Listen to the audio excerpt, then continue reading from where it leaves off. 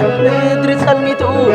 ولا تكبو كلهم صلاتو هاجر كزمت عين عميتو عيسم موني حفا شايب للقنا عيسم موني حفا شايب للقنا إرتراو كتت وانا ودمسي كنقول زيقا انه طباتي حابتو كزمت حزبك حرد إدو زتامر يلا نكملو عجب ورر أخاخي بقدي بعلو عدي وانا يبارع مادي عجب ورر أخاخي بقدي بعلو عدي وانا يبارع مادي بينا حقرنا من بركاخ نسيقنا وسوات كريسنا ولا قايد بلين كابكرو متكلنا عجب ورر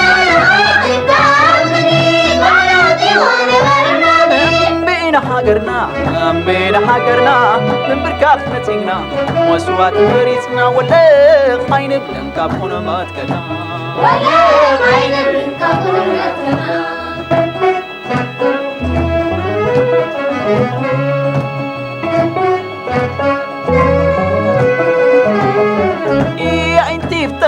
قاسي تأثر أسمعني النفس محاوري ورور شد مع الأنا جمعتي قدر كبرنا حقرنا كنشب تعينا كبرنا حقرنا كنشب تعينا سري قامات إيجي سبسب إيدنا بكتا تنشن أميتا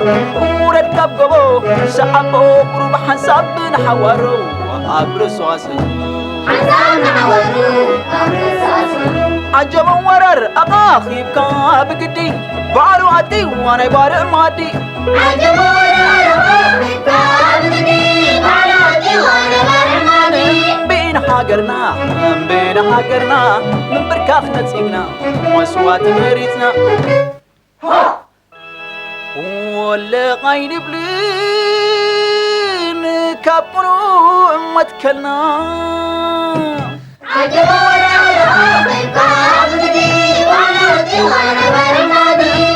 أخاخي بينا حقرنا من بركاخ نسيقنا مسوات مريتنا ولا خاين بنكابونا ما تكلنا ولا خاين بنكابونا ما تكلنا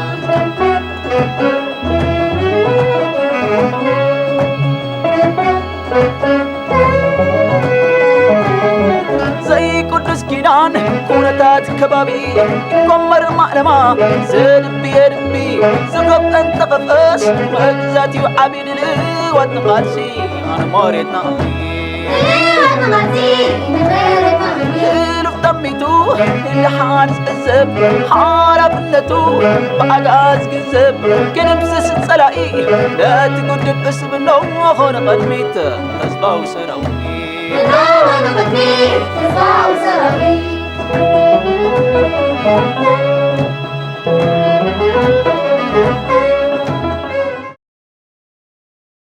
سلام كبرانن تخطاتلتي إريتريان ميديا نت أسمرا كبرانن تخطاتلتنا أبز حلفة زغربنا لكم تخطاتالي سلسة حستوتات حبرات منكستات أمريكا كم مفارق زحلف الزمن مالت شنش عدتميتنا حمساتات جميرة كم أكل جلوباوي استراتيجية هاجرنت إرتران متفائن فتحويك ألس هزبي إرترا نناصنت نمتشفلاقون زكاير التصعري كمون هزبي إرترا بجزاء قلصمو لولاونتو كساب زقوناصف كساب شنش عدتميتن تسعن حدن عمتمرت أنصار ناصنت إرترا زنبرا ترير مرقصي رئينايون تخطاتلنيان نيرنا لومو دما نايزي مغصلتا زخونه أمريكا زجبرت تجبرت وي كمنو زور استو تحستوينا كنقرب لكم نمكتتالكم بخبرنا عدمكو ነዚ ትሕዝቶና ናብ ካልኦት ኤርትራውያን ምእንቲ ክባጻሕ ሼርን ላይክን ክትገብርዎ ሳብስክራይብ ዘይገበርኩም ዘለኹም ከኣ ነዛ ቻነልና ሳብስክራይብ ምግባር ንዓና እውን ዓቢ ሓገዝ ስለ ዝኾነ ሳብስክራይብ ክትገብርዋ ለበዋና ነቕርብ ሕጂ እምበኣር ናብ ትሕዝቶና ብሓባር ንስገር ሰናይ ምክትታል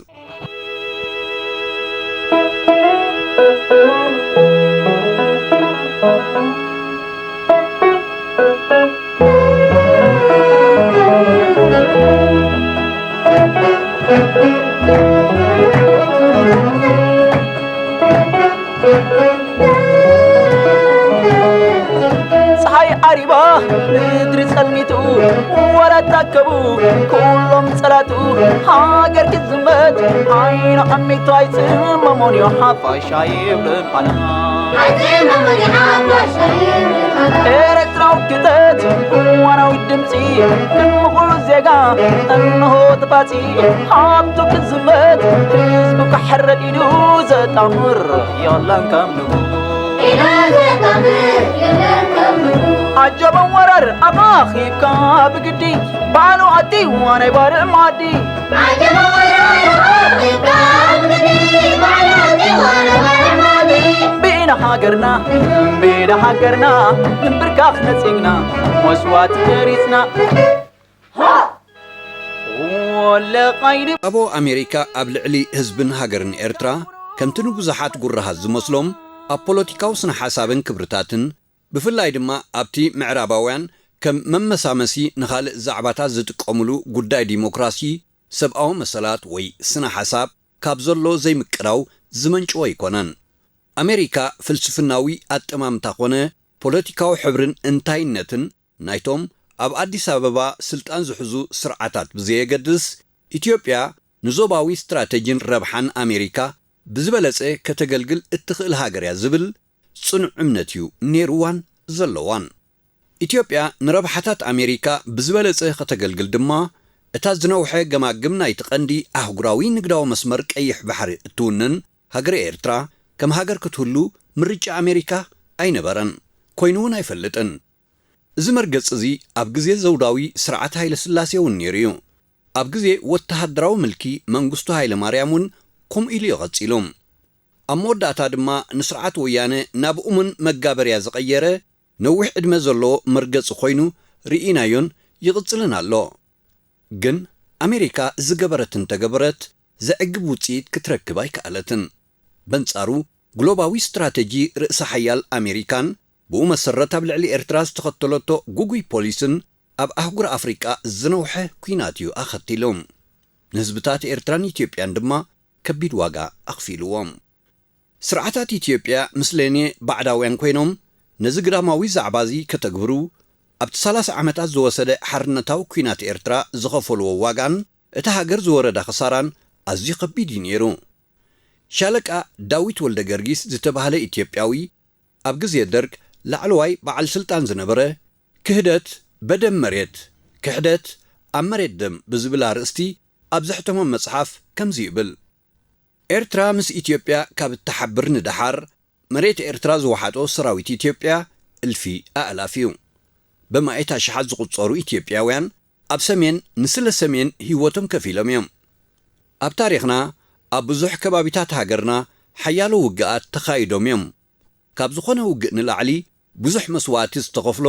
እቲ ኣብ ሰሜን ናይ ባሕሪ ዶብ ንምዕቃብ ዝተኻየደ ተጋድሎ እዩ ይብል እሞ እዚ ኢትዮጵያዊ ሃገረ ኢትዮጵያ ዘጥፋኣቶ ሃብትን ናይ ግዜን ዕድላትን ገዲፍካ ብናቱ ግምት እቲ ሰብኣዊ ክሳራ ጥራይ ክሳብ 1 ሚልዮን ከም ዝበጽሕ ይገልጽ እዚ ቅድሚ ኩነታት ናይ ወያነ ዝበሎ እዩ ግዳይ ናይዚ ግሎባዊ ስትራቴጂ ዝኾነ ህዝቢ ኤርትራ እውን ነዚ ዓለማዊ ውዲት ዝፈንጢሱ ክወፅእ ብዘይካቶም ብግፍዕታት ጸላኢ ህይወቶም ዝሰኣኑ ዓሰርተታት ኣሽሓት ሰለማውያን ዜጋታቱ 65,000 ሕሩያትን ጀጋኑን ደቁ ኣብ ዓውደ ኩናት ህይወቶም በጅዮም እዮም ልዕሊ 10,000 ዜጋታት ምእንቲ ናጽነት ኣካሎም ሰንኪሎም ኣብቲ ናይ ሓርነታዊ ኩናት ግዜ ኣስታት 1 ሚልዮን ኤርትራውያን ብግፍዒ ጸላኢ ካብ ዓድታቶም ተባሪሮም ናብ ሱዳን ማእከላይ ምብራቕ ኣውሮጳን ኣሜሪካን ተበታቲኖም ዝተረፉ ድማ ኣብ ትሕቲ ጸላኢ ኮይኖም ሕሱም ህይወት ክመርሑ ተገዲዶም እዮም ህዝቢ ኤርትራ እዚ ዝተጠቕሰ ከቢድ ዋጋ ከፊሉ ናጽነቱ ብቕልጽሙ መሰረጋገጸውን እንተኾነ ነዚ ደማዊ ኩናት እዚ ዝኽተለ ንኤርትራ ኣብ ትሕቲ መግዛእቲ ኢትዮጵያ ክቆርን ዝሃቀነ ግሎባዊ ፖሊሲ ሕብራት መንግስታት ኣሜሪካን ሰዓብታን ኣይተቐየረን። ህዝባዊ ግንባር ኣብ ሙሉእ ናጽነት ዝነበሮ መርገጺ ክቕይር ብፍላይ ሕብራት መንግስታት ኣሜሪካ ሓያል ፈተነታት ኣካይደያ። ኣብ 1991 ዓመተ ምህረት ተሓጋጋዚ ጉዳያት ወፃኢ ኣሜሪካ ኣብ ኣፍሪቃ ዝነበረ ኣሜሪካዊ ሄርማን ኮሆን ኣብ ጽባሕ ምትሓዝ ኣስመራ ብህዝባዊ ሰራዊት ኣብ ለንደን ምስ ወከልቲ ደርጊ ዝካየድ ዝነበረ ናይ መወዳእታ ዘተ ሰለማዊ ፍታሕ ተበቲኑ ዋና ጸሓፊ ህዝባዊ ግንባር ኣብ ኤርትራ ግዝያዊ መንግስቲ ቆይሙ ከም ዘሎ ንጋዜጠኛታት ድሕሪ ምሕባሩ ንመርገጺ ኣሜሪካ ብኸም ዝስዕብ ቃላት ገሊጽዎ ነይሩ እዩ። ቃል በቃሉ ከምዚ ይብል: ኣብ ኤርትራ ዝውሰድ ዝኾነ ውሳኔ ኣብ መጻኢት ኢትዮጵያ ጽልዋ ኣለዎ። በዚ ምኽንያት እዚ ህዝባዊ ግንባር ሓርነት ኤርትራ ኣብዚ ጉዳይ እዚ ርትዓዊ ክኸውን ተማሕጺና ኢና። ዋላ እኳ ሰራዊት ኢትዮጵያ ኣብ ኤርትራ እንተተሳዕረ ህዝባዊ ግንባር ቀልጢፉ ናጽነት ከይእውጅ ኣተሓሳሲብና ኣለና። ከምኡ እንተገይሩ ከዓ ሃገራት ምዕራብ ነቲ ናጽነት ኣፍልጦ ክህብኦ ከም ዘይኮና ድማ ኣፍሊጥና ኢና ይብል ሄርማን ኮሆን። ህዝቢ ኤርትራ ብዝኾርዕ ወተሃደራዊ ዓወት መሰሉ ብቕልጽሙ ይጨብጥ እምበር እምነቱ ኩሉ ሳዕ ኣብ ሕጊ እዩ ዝነበረን ዘሎን። ክንዲ ዝኾነ ፍትሓዊ ቃልሱን ናጽነት ሕጋዊ መኸተምታ ከገብረሉ ኣህጉራውያን ተዓዘብቲ ዝሳተፍዎ ውሳኔ ህዝቢ ረፈረንደም ክካየድ ወሲኖም። ኣብቲ ግዜቲ ህዝቢ ኤርትራ ረፈረንደም ከየካይድ እቲ ዘካይዶ ምርጫ ኸ ኣህጉራውያን ተዓዘብቲ ብፍላይ ውድብ ሕብራት ሃገራት ከይሳተፈውን ብዙሕ ጸቕጢ ተገይሩ እዩ። የግዳስ ግዝያዊ መንግስቲ ኤርትራ ብዓቃል መንፈስ ብዘካየዶ ፖለቲካውን ዲፕሎማስያውን ጻዕሪ እቲ ዝነበረ ዕንቅፋታት ተሰጊሩ ህዝቢ ኤርትራ ካብ 23 ክሳብ 25 ሚያዝያ 1993 ዓመተ ምህረት ኣህጉራውያን ተዓዘብቲ እንተላይ ውድብ ሕብራት ሃገራት ዝተሳተፍዎ ረፈረንደም ብምክያድ ብ99.8 ሚእታዊ ድምፂ ሃገራዊ ናጽነቱ ወግዓውነትን ሕጋውነትን ኣልቢስዎም።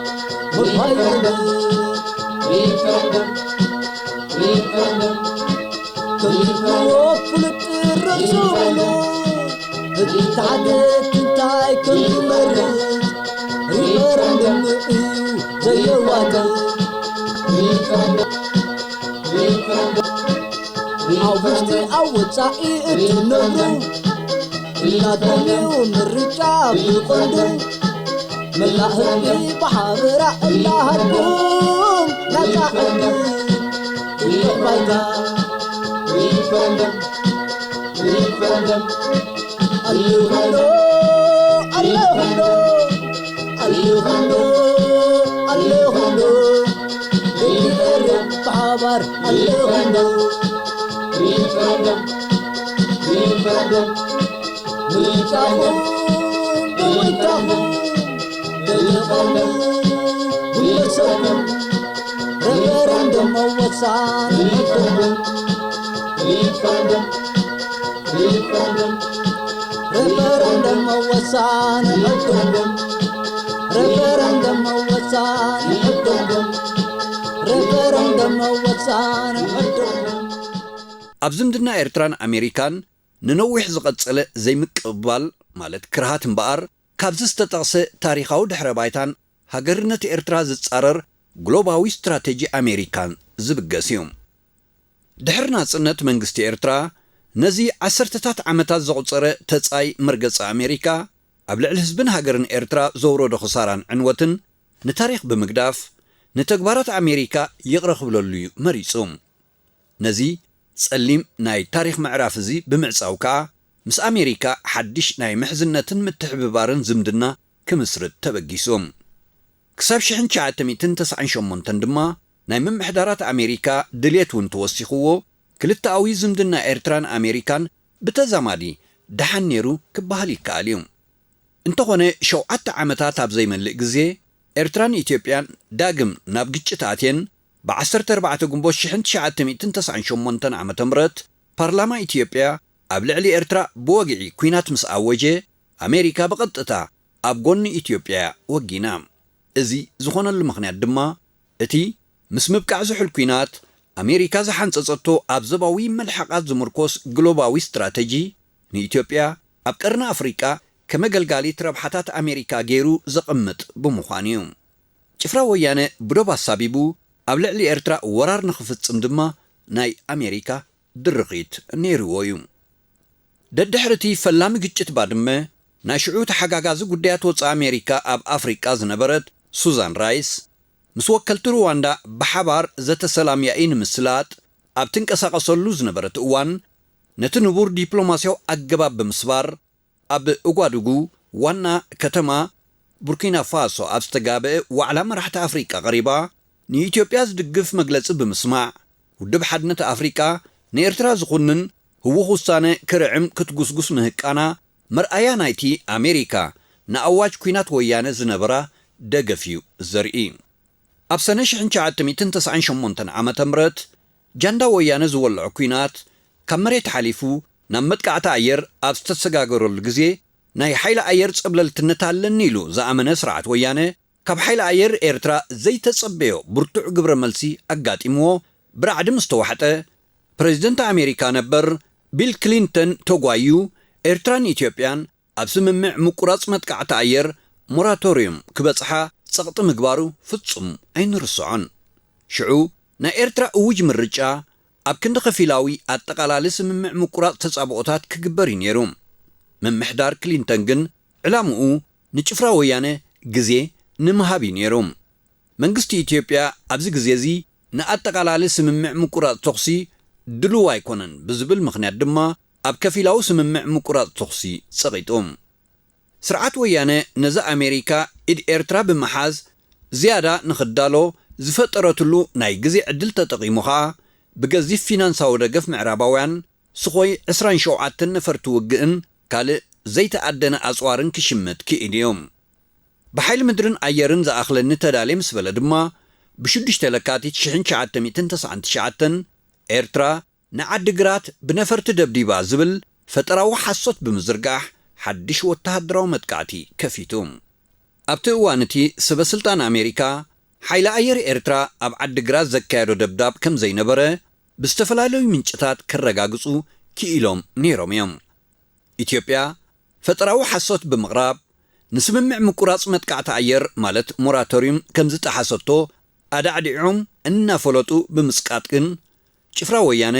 መጠነ ሰፊሕ ወራር ንኽፍጽም ቀጠልያ መብራህቲ ወሊዖምሎም እዚ ድማ ናይ ኣሜሪካ ናይ ሰላም ስምምዕ ዶ ዘተዶ እናበሉ ክሳብ ሎሚ ንጭፍራ ወያነ ካብ መቓብር ብምውፃእ ከስርዎ ዝጽዕሩ ዘለዉ ሎምን ቀደምን ግን ሓደ ይኮነን ሰብ ሓንሳብ እምበር ክልተ ግዜ ኣይግራህን እዩ ኣሜሪካውያን ግን ንሳቶም እምበር ካልእ ሰብ ንተራ ነገር ዝሓስቡን ፍጹም ኣይመስሎምን ጉዳያት ግን በንጻሪ ኮይኑ ጭፍራ ወያነ ተደብዩ ስነ ሓሳቡ ድማ ምስኡ ተደቢሎ እንተ ህዝብን መንግስትን ኤርትራ ግን ካብ ዝያዳን ላዕሊ ተኾልዖም ወጽዮም ኣለዉ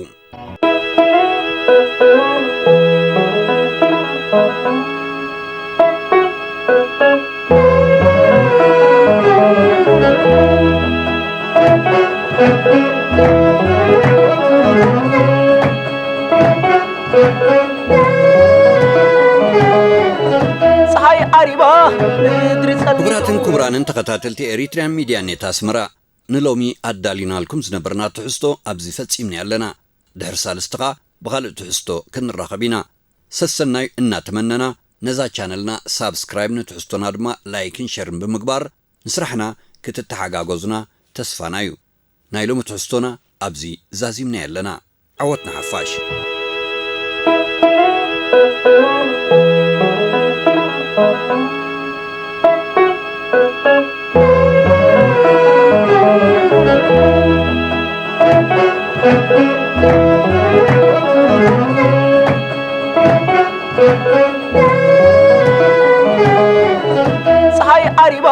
ምድሪ ጸልሚቱ ወረታከቡ ኩሎም ጸላቱ ሃገር ክዝመት ዓይኖ ኣሚቱ ኣይጽመሞንዮ ሓፋሽ ኣይብልን ቃና ኤርትራዊ ክተት እዋናዊ ድምፂ ንምኹሉ ዜጋ እንሆ ጥባፂ ሃብቱ ክዝመት ህዝቡ ክሕረድ ኢሉ ዘጣምር የለን ከምንጉ عجبا ورر أخاخي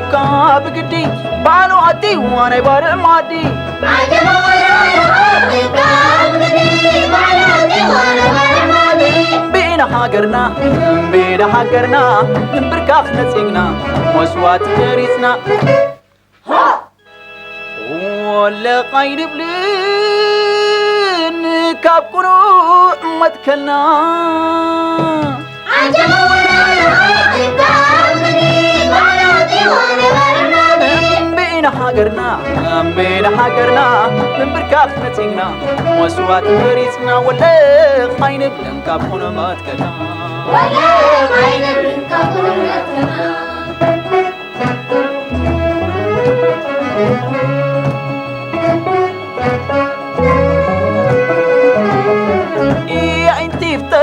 قاسي تأسر أسمعني النفس محول ورور شد مع الأنا جمعتي قدر كبرنا حقرنا كنشب تعينا كبرنا حقرنا كنشب تعينا سري قامات تجسب سب إنا بكتا تنشن أميتا ورد كبقبو سحبو قرب حساب نحورو وأبرسو أسر حساب نحورو أبرسو أسر عجبا ورر أخاخي بقدي بعلو عدي وانا يبارع معدي عجبا ورر أخاخي بقدي بعلو عدي وانا يبارع معدي بينا حاقرنا من بركاخ نتيقنا وسوات مريتنا ولا قايد بلين كابنو متكلنا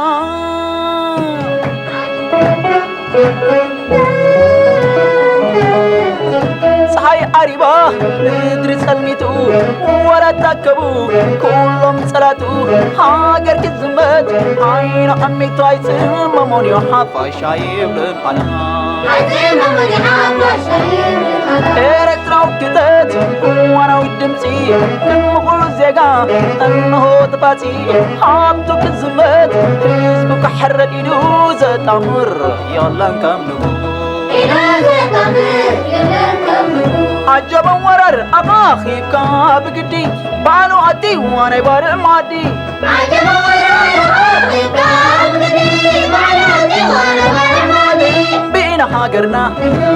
حاقرنا من بركاخ نسيقنا وسوات تريسنا ولا قايد بلين كابكنو متكلنا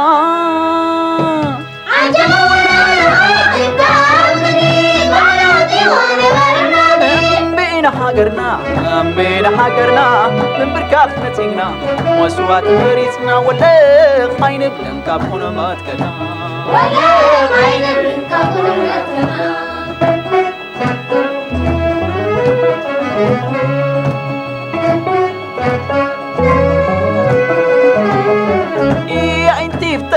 قاس يتأثر أسناني النفس محاوري ورور شد مع أنا جمع تقدر كبرنا حقرنا كنشب تعينا سري قامات إيجي سبسب إيدنا بكتا تنشن أميتا ورد كبقبو سحبو قرب حساب نحوارو وأبرسو عسل عجب ورر أخاخي بقدي بارو عدي وانا بارو مادي عجب ورر أخاخي بقدي بارو عدي وانا بارو مادي بين حاقرنا من بركاف نتيقنا وسوات مريتنا ولا غاين بلين كابنو متكلنا عجب ورر أخاخي بقدي بارو عدي وانا بارو مادي بين حاقرنا من بركاف نتيقنا وسوات مريتنا ولا غاين بلين كابنو متكلنا ولا غاين بلين كابنو متكلنا